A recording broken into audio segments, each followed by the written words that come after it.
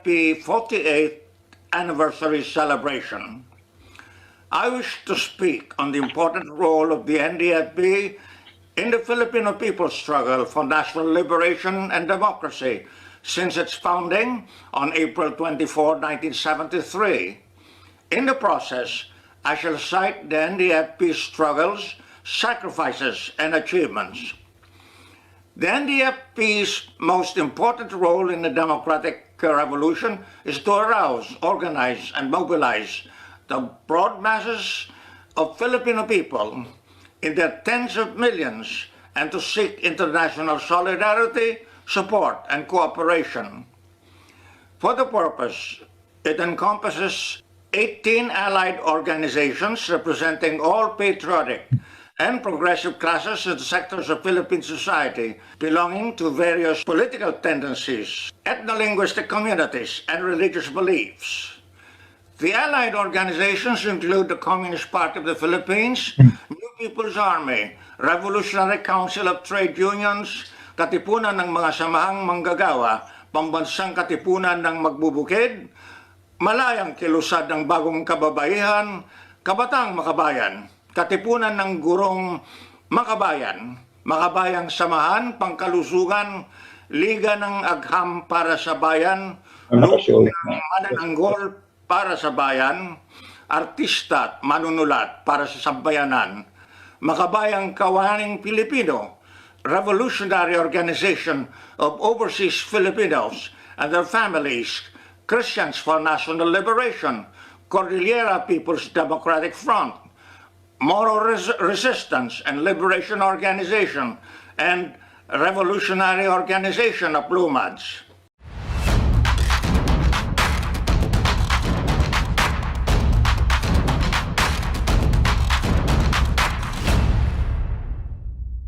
Ladies and gentlemen of the media, my colleagues at the National Task Force to End the Local Communist Armed Conflict, our viewers and listeners, magandang umaga po sa ating lahat. We have called for this press conference to present updates on the Barangay Development Program. I also will be touching on the statement made by Jose Maria Sison during the 48th anniversary of the National Democratic Front last April 24, 2021. Finally, we will announce our focused and strengthened public communications system. Allow me to begin. We understand that the public sentiment on the NTF-LCAP and the Barangay Development Program comes from a place of deep concern over the utilization of government's resources, and rightfully so. Hence, I reiterate the objectives and intent of the NTF-LCAP through the BDP, as well as give you some updates. For over half a century, the CPP-NPA-NDF has taken advantage of communities by exploiting gaps in governance, thereby allowing them to recruit vulnerable and disenfranchised populations into the armed insurgency. The government has responded to this in the past, mainly through military and legal undertakings. However, we at NTF-LCAP are aware that the root causes of insurgency are born out of the desperation and frustration of communities who feel that they have been unable to progress.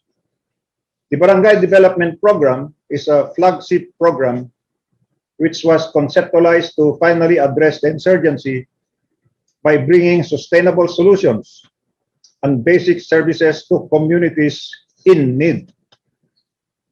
It seeks to counter the recruitment into the armed insurgency from the conflict-prone communities threatened by the CPP-NPA, and thus 822 barangays.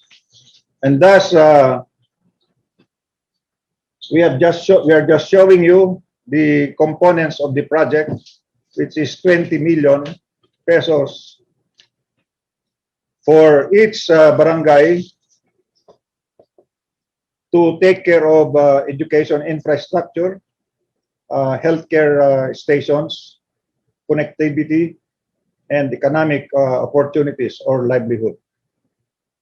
Slide 2 shows the barangays that we have cleared 822 of them, former rebel communities.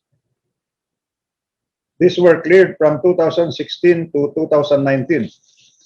These communities are now in the process of transforming their formerly conflict vulnerable barangays into areas of peace and development.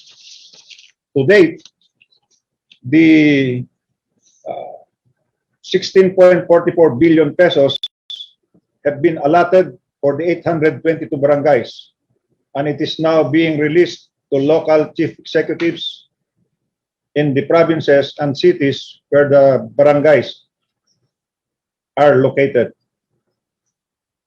I just want to show you the governing circulars on the matter of releases. Local budget circulars 135, which releases the funds to the governors or to the city mayors, as the case may be. Slide 5.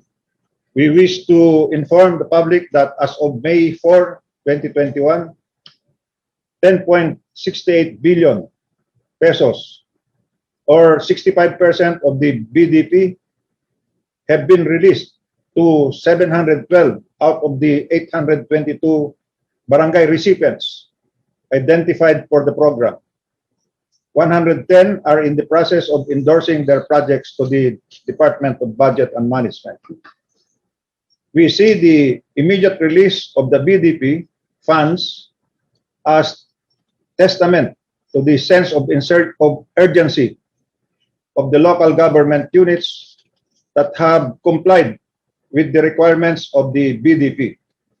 Indeed, the immediate compliance of the LGUs are hallmarks of good governance and efficiency, contrary to claims that these are fishy actions of the NTF-LCAP, even alleging that the funds are now in the hands of the NTF-LCAP. Hence, we thank the senators, including the Senate President and Senator Lacson, the governors, the mayors and barangay leaders, and various other personalities, including Executive Pastor Kibuloy, who have given statements of support for our endeavors. We hope to even improve our processes as we now start recommending for funding the 1,406 barangays cleared of the CPP, NPA, NDF from 2020 to 2021. These communities shall be included in the Barangay Development Program for 2022. For those who want to see more about the Barangay Development Program, we have a transparency scheme. Our QR code, just shoot it and you can get all the information you want. I'm sorry, about the Barangay Development Program. Let me now go to the NDF Philippines anniversary speech of Jose Maria Sison. I shall discuss Sison's speech during the 40th anniversary of the National Democratic Front of the Philippines. Allow me to show you part of the video clip. This is April 24, 2021. May audio ba? Yes.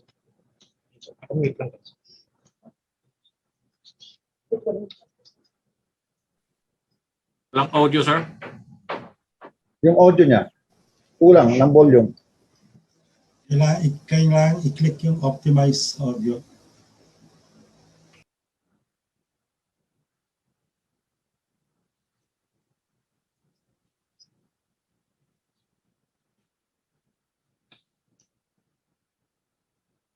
Happy 48th anniversary celebration, I wish to speak on the important role of the NDFB in the Filipino people's struggle for national liberation and democracy since its founding on April 24, 1973.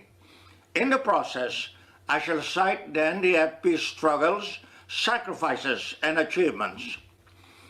The NDFB's most important role in the democratic revolution is to arouse, organize, and mobilize the broad masses of Filipino people in their tens of millions and to seek international solidarity, support, and cooperation.